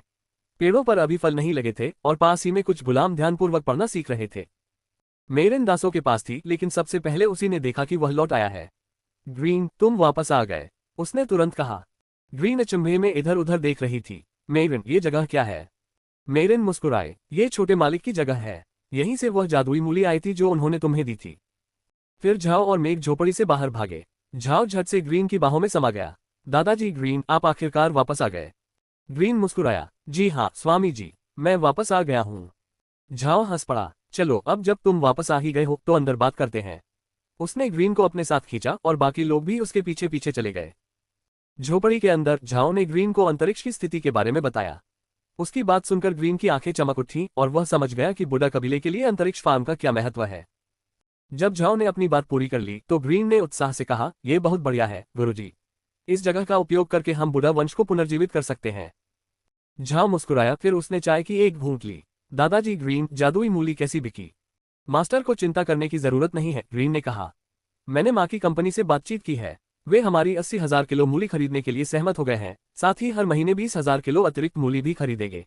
और अगर बिक्री अच्छी रही तो वे और भी ज्यादा ऑर्डर कर सकते हैं। बहुत बढ़िया, लेकिन कितने में? ग्रीन मुस्कुराया, बाजार मूल्य से 8 गुना अधिक। झाओ ने सिर हिलाया, सच कहूं तो ये कीमत उनकी उम्मीदों से कहीं ज्यादा थी। उन्हें लगा था कि बाजार भाव से 6 गुना ज्यादा कीमत भी ठीक ठाक होती। आखिरकार वे थोक में बेच रहे थे, खुदरा में नहीं। फिर उन्होंने फलों के पेड़ों की ओर इशारा करते हुए कहा, ये तेल वाले फल जल्द ही पक जाएंगे, फिर हमें काफी तेल मिल सकेगा। क्या माँ की कंपनी इन्हें खरीदेगी? मुझे नहीं पता, ग्रीन ने पेड़ों को देखते हुए कहा। लेकिन माँ की कंपनी गुणवत्ता पर ध्यान देती है। चूंकि हमारी जादुई मूली अच्छी गुणवत्ता की थी, इसलिए वे शायद इस पर विचार करें। अगर ये तेलयुक्त फल भी अच्छे हैं तो वे निश्चित रूप से इन्हें खरीद लेंगे। झाओ ने सिर हिलाया, फिर भौहें चढ़ा ली। दादाजी ग्रीन, मैं पूछना भूल गया था, ब्लैक वेस्ट में हालात कैसे हैं? क्या वहां कोई आत्मा जंगली जीव है? ग्रीन की भौहें सिकुड़ गईं। वे हैं, लेकिन उनकी संख्या कम हो गई है। लेकिन मेरा सुझाव है कि हमें वहां जाने से पहले कुछ और दिन इंतजार करना चाहिए, अन्यथा हम बड़ी संख्या में आत्मा राक्षसों को आकर्षित कर लेंगे। झाओ के बोलने का इंतजार किए बिना ही मेघ बीच में बोल पड़ी, दादाजी, गुरुजी भी यही सोचते रहे हैं, वरना हम अभी तक यहाँ नहीं होते। देखिए, एक जादुई चीज है जिसकी वजह से हमें महल दिखाई देता है।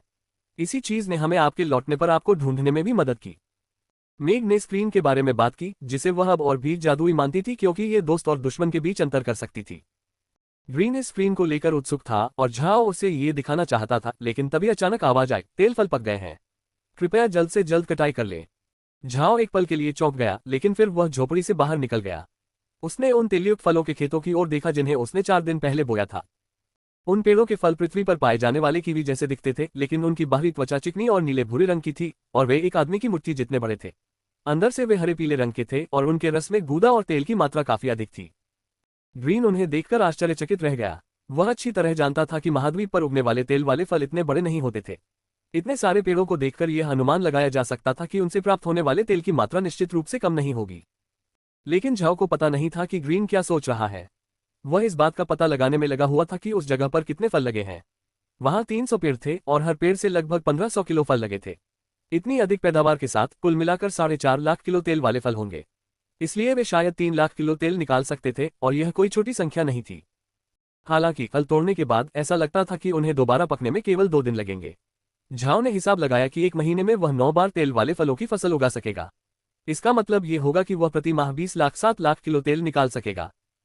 झाओ ने ये गणनाएं करने के बाद कहा, तेल वाले फलों की कटाई करो।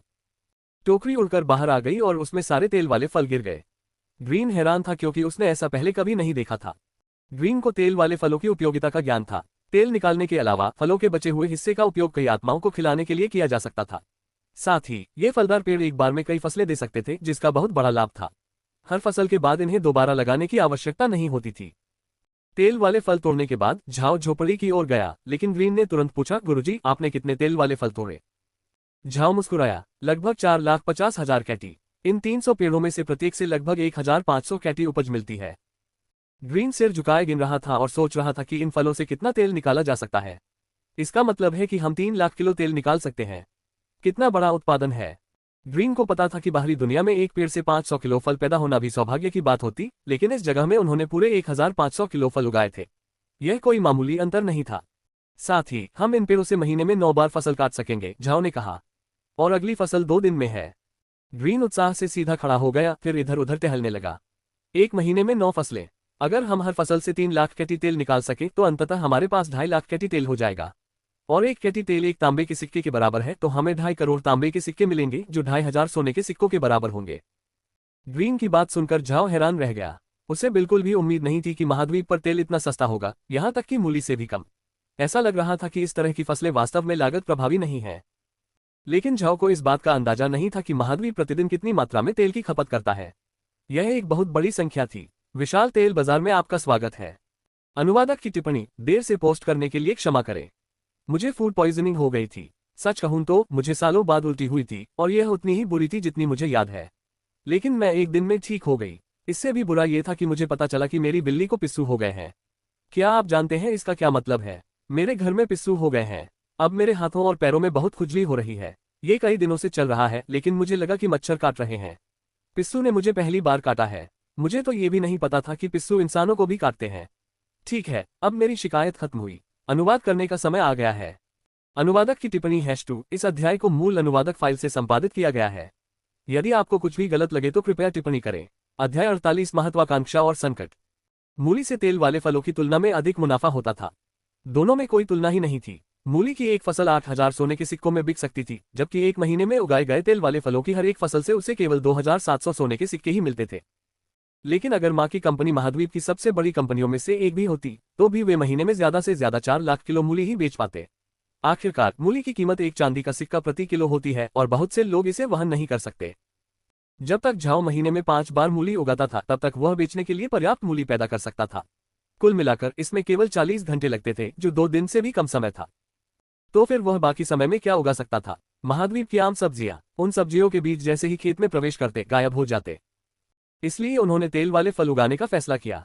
तेल की बहुत मांग थी। महाद्वीप में खाना पकाने के तेल की आवश्यकता थी। इसके अलावा भारी शारीरिक श्रम करने वाले कुछ आम लोग पोषक तत्वों के रूप में तेल का सेवन करते थे, क्योंकि वे आमतौर पर मांस नहीं खा सकते थे। महाद्वीप में प्रतिदिन उपयोग होने वाले तेल की मात्रा बहुत अधिक थी, जिसके परिणामस्वरूप एक सतत तेल उद्योग विकसित हुआ। हालांकि मूली से अधिक लाभ होता, फिर भी इससे अधिकांश कुलीन वर्ग ईर्ष्या करते।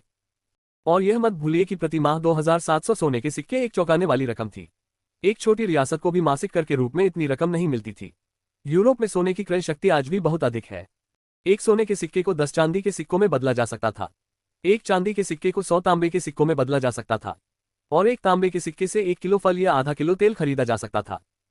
महाद्वीप पर चावल और तेल सस्ते थे, क्योंकि तेल एक उच्च उपज वाला फल था और चावल केवल गुलामों और कुछ आम लोगों द्वारा ही खाया जाता था। झाओ के साथ 100 से अधिक लोग रहते थे और उन्हें खिलाने पिलाने में ज्यादा खर्च नहीं होता था। प्रति माह 100 सोने के सिक्के काफी होते थे, जिससे उनके पास 2,600 बच जाते थे।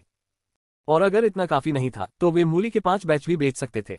भले ही वे उन्हें 8,000 सोने के सिक्कों में न बेच सके, वे कम से कम 6,000 में बेचने की कोशिश तो कर ही सकते थे, जिससे उन्हें हर महीने 30,000 सोने के सिक्के अतिरिक्त मिल जाते। लेकिन ग्रीन को झाओ के साथ इस खेत की विशेषताओं पर चर्चा करने के बाद पता चला कि झाओ ऐसी चीजें उगाना चाहता था जो उन्हें मछली, खरगोश और अन्य जीवों को पालने में भी मदद करेगी। वे मूली से मूली के पत्ते प्राप्त कर सकते थे और उनका उपयोग नीली आंखों वाले खरगोशों को खिलाने के लिए कर सकते थे, लेकिन केवल मूली के पत्ते खाना ही पर्याप्त नहीं था। कभी कभी उन्हें अन्य प्रकार के पोषण की भी आवश्यकता होती थी। फल से तेल निकालने के बाद ये सबसे अच्छे चारे में से एक बन जाता था। वे इसका उपयोग केवल नीली आंखों वाले खरगोशों के लिए ही नहीं, बल्कि कई अन्य आध्यात्मिक प्राणियों के पालन पोषण के लिए भी कर सकते थे। महाद्वीप पर सबसे आम प्राणी घोड़े और मवेशी थे। उदाहरण के लिए घोड़ों को तेल खिलाने से वे बहुत मजबूत हो जाते थे। जब तक उन्हें तेल खिलाया जाता था, आमतौर पर उनसे अच्छा प्रदर्शन प्राप्त किया जा सकता था। इसके अतिरिक्त इस प्रकार का चारा कुछ जलीय जीव जंतुओं को भी खिलाया जा सकता था। इनमें से कुछ जीव जंतुओं को ये तेल खाना पसंद था, इसलिए इसका उपयोग मछली पालन में किया जा सकता था। ये तेल वाले फलों के अतिरिक्त लाभ थे। इन्हीं विचारों के कारण ग्रीन इतना उत्साहित हो गया। उसने गहरी सांस ली और अचानक हंसने लगा। उसके हंसने का कारण ये था कि उसने अपनी हंसी बहुत देर तक रोक रखी थी। झाओ के जागने से पहले ग्रीन को उनके पतन का दबाव महसूस करना पड़ा। उसे लगा कि बुढ़ा वंश धीरे धीरे खत्म हो जाएगा, और इसी सोच के साथ उसने उन्हें जीवित रखने के लिए जी तोड़ मेहनत से सामान खरीदा।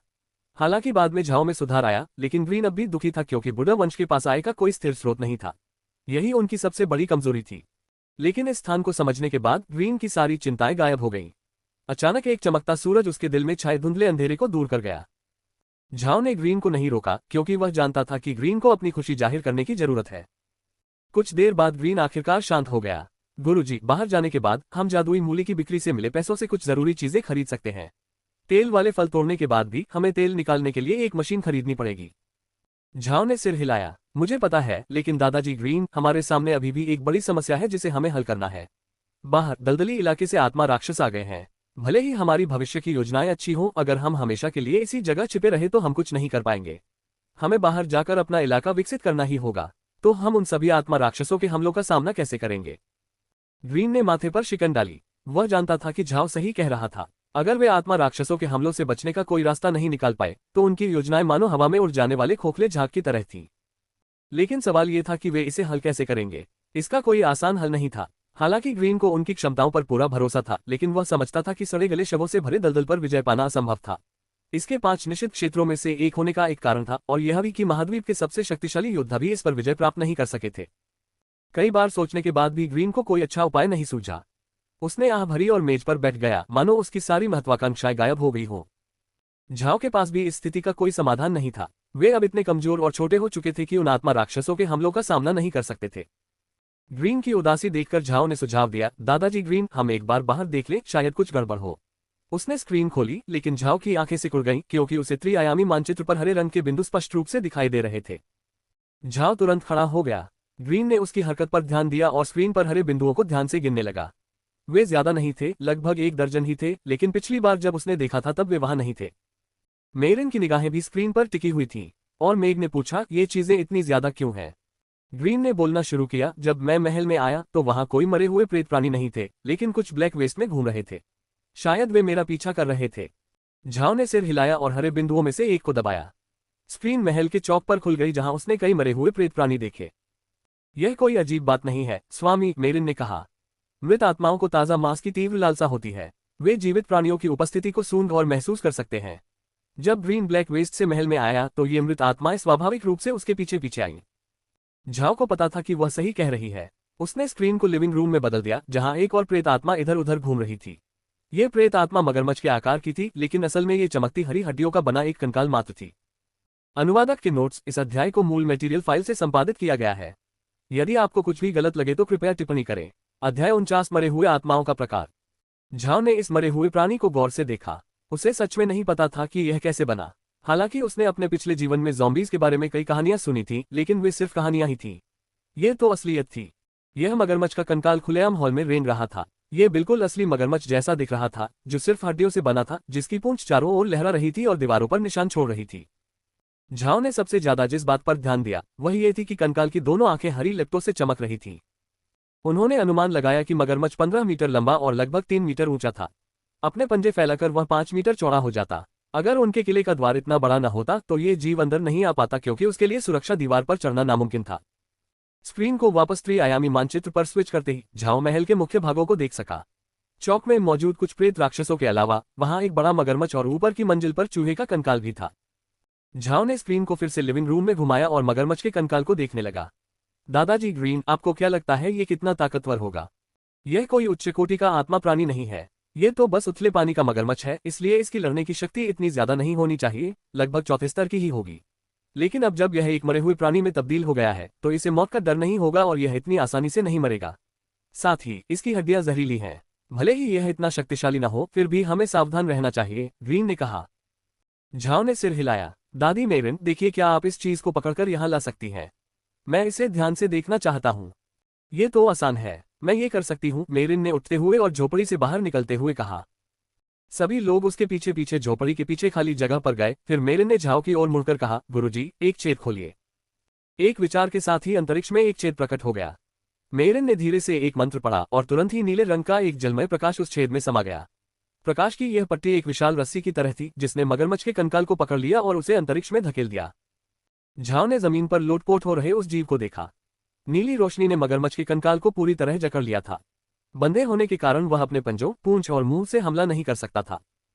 चूंकि उसने इस मरे हुए प्राणी को स्क्रीन पर देखने के बजाय करीब से देखा था, इसलिए वह स्पष्ट रूप से देख सकता था कि हरी हड्डियों पर मांस का कोई निशान नहीं था, जिसने किसी तरह इसे एक अजीब सुंदरता प्रदान की थी। तभी आवाज गूंजी, अज्ञात वस्तु की खोज। स्कैनिंग। स्कैन पूरा हुआ। रोबोटिक वस्तु अत्यंत विषैली है। विष निकाले जा रहे हैं। अंतरिक्ष में विषैले यौगिकों को मजबूत किया जा रहा है। वस्तु अत्यधिक उग्र है, अंतरिक्ष की आवश्यकताओं को पूरा नहीं करती।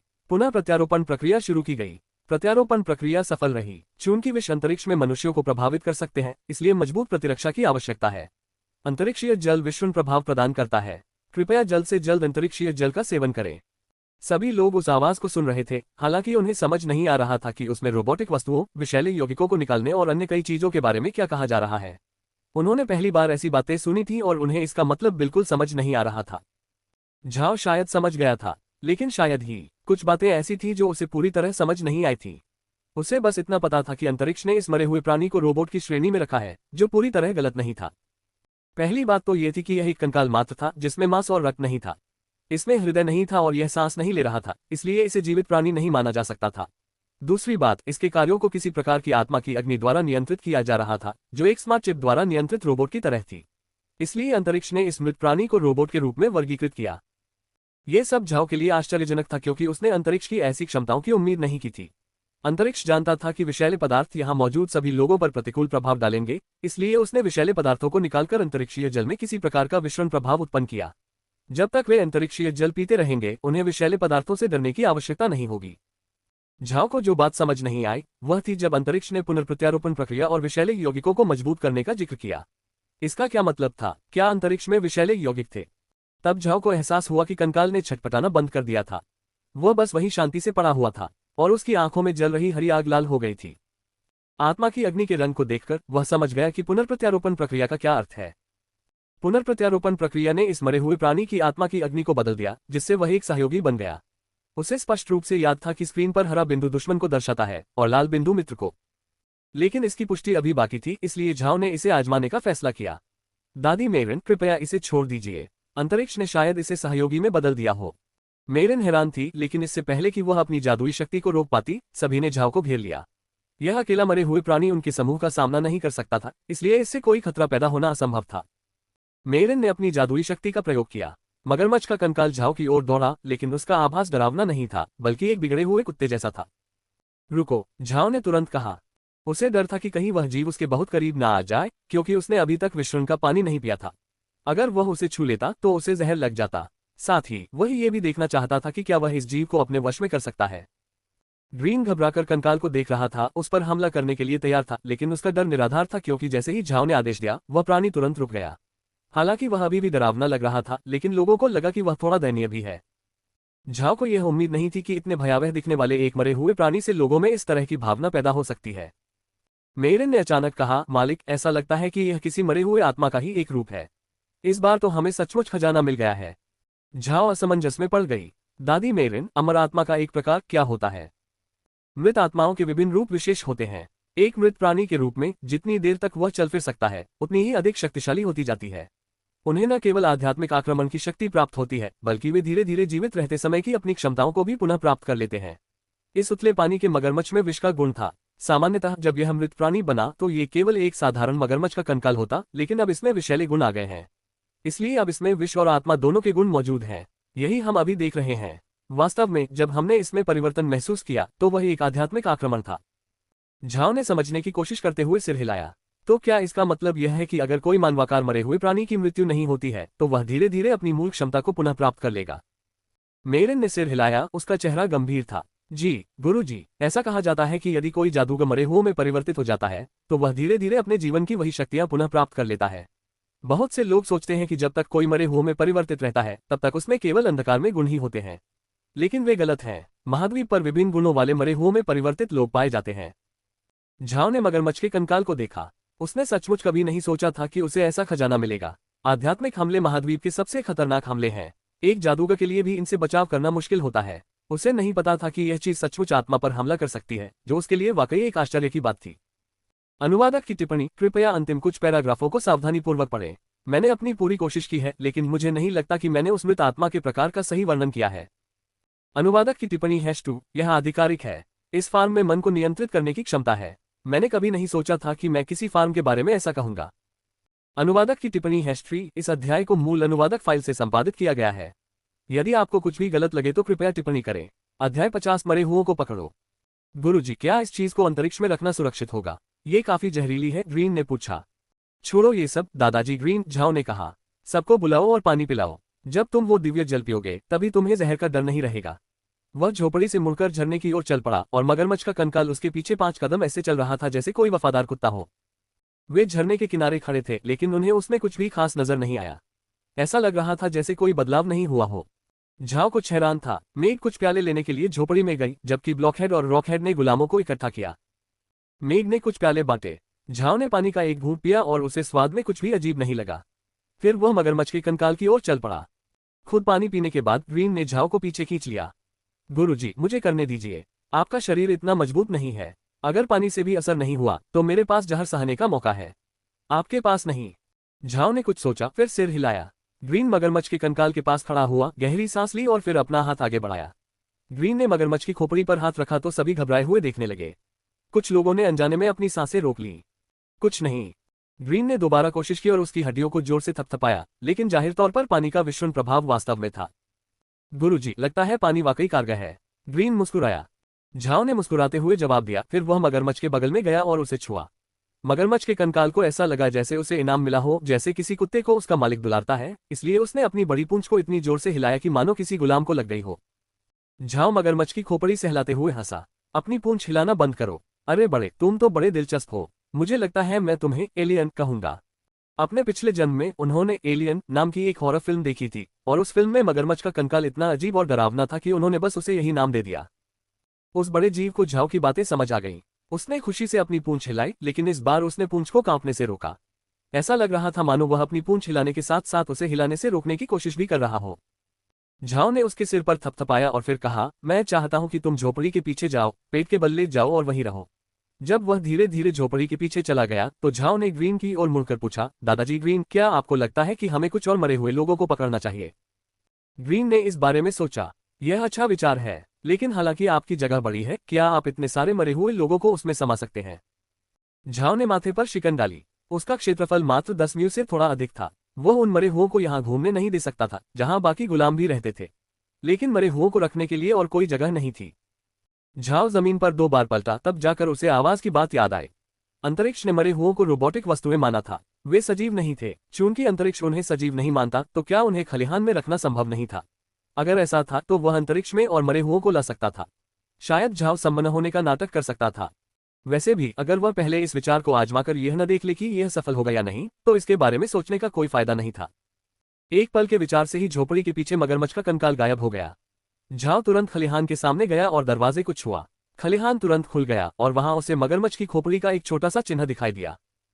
झाओ अपनी हंसी नहीं रोक सका। फिर उसने ग्रीन की ओर मुड़कर कहा, दादाजी ग्रीन, निश्चिंत रहें, मैं इन मरे हुओं को अपने खलिहान में रख सकता हूं, ताकि हम उन्हें उस जगह पर ला सकें। ये तो बहुत बढ़िया है, ग्रीन ने कहा। इन मरे हुए प्राणियों के साथ स्वामी अधिक सुरक्षित रहेंगे। यदि आप जादूगर का चोला पहन लें तो आप महाद्वीप में घूम सकते हैं और सम्मन होने का नाटक कर सकते हैं। इसमें कोई संदेह नहीं है कि महाद्वीप पर कोई भी यह नहीं पहचान पाएगा कि यह आप हैं, क्योंकि आपने शून्यता का जल पिया है। झाओ ने सिर हिलाया। अच्छा है दादाजी ग्रीन, चलिए कुछ मरे हुए जीवों को पकड़ते हैं। जैसे ही हम और पकड़ लेंगे, हम उन्हें ब्लैक वेस्ट की सीमा में रख देंगे, ताकि जो भी आए उसे लगे कि मरे हुए आत्मा जंगली जीव अभी गए नहीं हैं। ये सुरक्षा का एक अतिरिक्त उपाय होगा। झाओ की बात सुनकर ग्रीन की आंखें चमक उठी। गुरुजी, क्या हम कुछ ऐसे आत्मा जंगली जीवों को अपने साथ ले सकते हैं जो वास्तव में जीवित हो? झाओ ने सिर हिलाया। वे आत्मा जंगली जीव मरे हुए जीवों से अलग हैं। अंतरिक्ष मरे हुए जीवों को वस्तु के रूप में देखता है। अगर वे जीवित होते तो मैं उन्हें खलिहान में नहीं रख पाता। मैं उन आत्मा जंगली जीवों को अंतरिक्ष में नहीं रख सकता। ग्रीन ने सिर हिलाया। वह जानता था कि वह बहुत लालची हो रहा है। मरे हुए आत्माओं वाले जानवर काफी थे। दरअसल भले ही झाओ ने यह बात कही न हो, लेकिन वह जानता था कि उसकी हैसियत और पैसा चारागाह खोलने के लिए काफी नहीं थे। अगर वह एक बड़ा फार्म खोल पाता तो वह उन आत्मा राक्षसों को काबू में कर सकता था, लेकिन अभी वह अपने खेत का इस्तेमाल सिर्फ खेती के लिए ही कर सकता था। फिर झाओ ने मेरिन की ओर मुड़कर कहा, दादी मेरिन, पहले गुलामों को सुरक्षित स्थान पर ले जाइए। मुझे डर है कि जब हम मरे हुओं को पकड़ेंगे तो वे उन्हें नुकसान पहुंचा सकते हैं। मैं डेजी और एन से कहूंगी कि वे उन्हें तेल वाले फलों के खेत में ले जाएं, मेरिन ने कहा। झाओ ने सिर हिलाया। फिर वह झोपड़ी की ओर चल पड़ा। तभी अचानक उसकी नजर झोपड़ी की खिड़की के नीचे रखी 2 बोतलों पर पड़ी हुई दिखाई दी। ये दोनों बोतलें देखने में बहुत साधारण लग रही थीं। उसके पिछले जीवन में लोग इन पर ध्यान नहीं देते थे। अगर आप इन्हें सड़क पर देखते तो बस इन्हें एक तरफ फेंक देते। लेकिन झाओ ने दृढ़ता से इन दोनों बोतलों को देखा। उनमें से एक सफेद थी जबकि दूसरी नीली, और उन पर कीटनाशक और शाकनाशी लिखा हुआ था। वे चीनी अक्षरों में लिखे गए थे, इसलिए ग्रीन को उनका अर्थ समझ नहीं आया। बेशक झाओ को सब पता था, और तभी उसे समझ आया कि उस वाक्य का क्या अर्थ है जिसमें लिखा था कि वह स्थानिक विषैले यौगिकों को बढ़ाने के लिए विषाक्त पदार्थों को निकाल रहा है।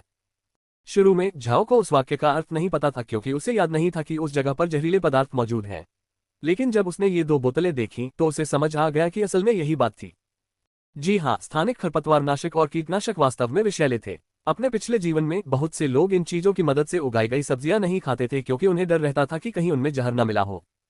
झाओ ने कीटनाशक की बोतल उठाई। इस बार कोई आवाज नहीं आई, लेकिन जानकारी सीधे उसके दिमाग में चली गई। कीटनाशक विषैले यौगिक कीटों को मार सकते हैं। असीमित मात्रा विषैलेपन की मात्रा को समायोजित किया जा सकता है। झाओ समझ गया था कि यह कीटनाशक मूल कीटनाशक से बहुत अलग नहीं था। एकमात्र बदलाव यह था कि अब वह विष की तीव्रता को समायोजित कर सकता था। झाओ द्वारा कीटनाशक डालने के बाद उसने खरपतवारनाशक उठाया और परिणाम समान थे। झाओ इस बात से बेहद संतुष्ट था कि अंतरिक्ष को कई तरीकों से उन्नत किया जा सकता है। उसका मानना था कि जब तक यह उन्नत होता रहेगा तब तक दुनिया में ऐसा कोई विशेषज्ञ नहीं होगा जिससे उसे डरने की जरूरत हो। सभी लोग झाओ को हैरानी से देख रहे थे, समझ नहीं पा रहे थे कि वह क्या कर रहा है। गुरुजी, ये 2 बोतलें किस लिए हैं? मेरिन ने पूछा। झाओ मुस्कुराया। इन बोतलों के अंदर जहर है। एक बोतल फसलों को खाने वाले कीड़ों को मार सकती है, जबकि दूसरी जमीन पर उगने वाले खरपतवारों को मार सकती है। मेरिन और बाकी सभी को यह नहीं पता था कि ये 2 बोतलें इतनी उपयोगी हो सकती हैं। महाद्वीप में हालांकि कई रसायन शास्त्री थे, लेकिन अपनी उच्च स्थिति के कारण वे आमतौर पर कृषि पर ध्यान नहीं देते थे, इसलिए उन्होंने किसी भी प्रकार के खरपतवारनाशक या कीटनाशक विष नहीं बनाए थे। मेरिन ने पहली बार सुना था कि ऐसी चीजें भी मौजूद हैं। ग्रीन तुरंत समझ गया कि बोतलों का क्या मतलब हो सकता है। गुरुजी, क्या इन दोनों चीजों को अंतरिक्ष से बाहर निकाला जा सकता है? जी हाँ, बिल्कुल। झाओ ने सिर हिलाया। और आप जितनी चाहें उतनी राशि का उपयोग कर सकते हैं, इसकी कोई सीमा नहीं है। बहुत बढ़िया। इन 2 बोतलों से बाहर लगाई जाने वाली भविष्य की फसलों में हमें किसी भी प्रकार के कीटों की चिंता नहीं करनी पड़ेगी। अनुवादक की टिप्पणी हो गया। अनुवादक की टिप्पणी #2 इस अध्याय को मूल अनुवादक फाइल से संपादित किया गया है। यदि आपको कुछ भी गलत लगे तो कृपया टिप्पणी करें। रात के खाने के बाद मेरिन और झाओ कमरे में अकेले रह गए। जब वह चाय बना रही थी, झाओ ने पूछा, दादी मेरिन, आपको क्या लगता है कि हमें गुलामों के बारे में क्या करना चाहिए? मेरिन ने कुछ देर सोचा, फिर झाओ की आंखों में देखते हुए बोली, क्या आप सचमुच मेरी सलाह सुनना चाहते हैं, गुरुजी? बिल्कुल, दादी मेरिन, आप ही तो दासों का प्रबंधन करती रही हैं। निर्वासन से पहले मैंने कभी बुढ़ा कबीले का नियंत्रण नहीं संभाला था, इसलिए इस लिहाज से आपके पास मुझसे कहीं अधिक अनुभव है। प्रशंसा के लिए धन्यवाद, स्वामी जी। मेरिन मुस्कुराए। मेरी सलाह ये है, मुझे लगता है कि आप दासों के प्रति बहुत नर्म रहे हैं। आपको उन पर थोड़ी सख्ती बरतनी चाहिए। ये शब्द सुनकर झाओ उलझन में पड़ गया। आप कह रहे हैं कि मुझे गुलामों के प्रति थोड़ा और कठोर होना चाहिए? क्यों? मालिक, आप जानते हैं, कठोर स्वभाव रखना कोई बुरी बात नहीं है। अगर आप बहुत नर्म दिल होंगे तो लोग सोचेंगे कि आप पर अत्याचार किया जा सकता है। बेशक गुलाम कभी आपके साथ ऐसा नहीं करेंगे, लेकिन अगर उन्हें लगेगा कि आप उनके प्रति बहुत दयालु हैं, तो उन्हें आप पर दया आएगी। इस बार तो यह इसलिए है क्योंकि आपने उन्हें पढ़ना लिखना सिखाया है। उनकी नज़र में पढ़ना सीखना एक इनाम है, लेकिन उन्होंने काम नहीं किया है, इसलिए उन्हें यह इनाम देने से वे असहज महसूस कर रहे हैं। झाओ हैरान रह गया। वह सोच रहा था कि ये गुलाम उसके पिछले जन्म के छात्रों जैसे ही हैं। सच तो यह है कि कोई भी छात्र पढ़ाई को इनाम नहीं मानता। वे तो सिर्फ क्लास खत्म होने पर ही खुश होते हैं।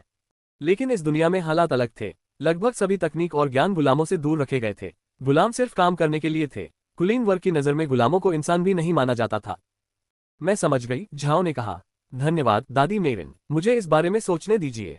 मेरिन ने प्रसन्नतापूर्वक सिर हिलाया। यह निर्विवाद था कि वह एक अच्छा इंसान बन गया था, लेकिन उसने ये भी माना कि उसे अभी बहुत कुछ सीखना बाकी था। झाओ कुछ देर वहीं बैठा रहा। वह इस समस्या से निपटने के बारे में सोच रहा था। सच कहूं तो चूंकि यह पहली बार था जब उसे ऐसी किसी समस्या का सामना करना पड़ा था, इसलिए उसे यकीन नहीं था कि वह इसे संभाल पाएगा। कुछ देर सोचने के बाद झाओ खड़ा हुआ और गहरी सांस ली। दादी मेरिन, मैं गुलामों से मिलना चाहता हूँ। मेरिन ने सिर हिलाया। दोनों झोपड़ी से निकलकर गुलामों के पास गए, जो उस समय जमीन पर अपने शब्दों का अभ्यास कर रहे थे और मिट्टी पर लिखने के लिए मक्के के डंठलों का इस्तेमाल कर रहे थे। झाओ की नज़र में गुलाम कुछ सुस्त लग रहे थे। यह उस उत्साह से बिल्कुल अलग था जो उनमें तब था जब उन्होंने पहली बार पढ़ना लिखना सीखना शुरू किया था। रुको, झाओ ने कहा। जब दासों ने झाओ को देखा तो उन्होंने तुरंत अपने मक्के के डंठल गिरा दिए और जमीन पर घुटने टेक दिए। लेकिन इस बार ऐसा नहीं था, क्योंकि झाओ ने उन्हें वापस खड़े होने के लिए नहीं कहा। मैंने सुना है कि पिछले कुछ दिनों से तुम लोग पढ़ना लिखना सीखने में ज्यादा दिलचस्पी नहीं दिखा रहे हो।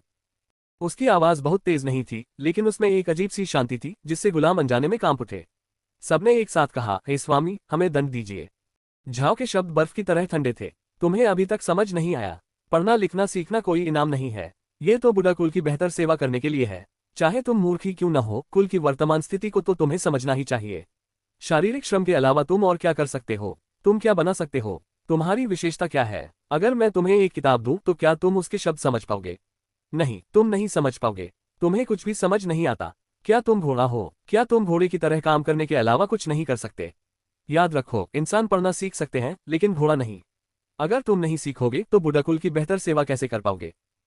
सभी गुलाम घुटनों के बल कांप रहे थे। झाओ ने पहली बार उनसे इतने कठोर शब्द कहे थे। वे डरे हुए थे।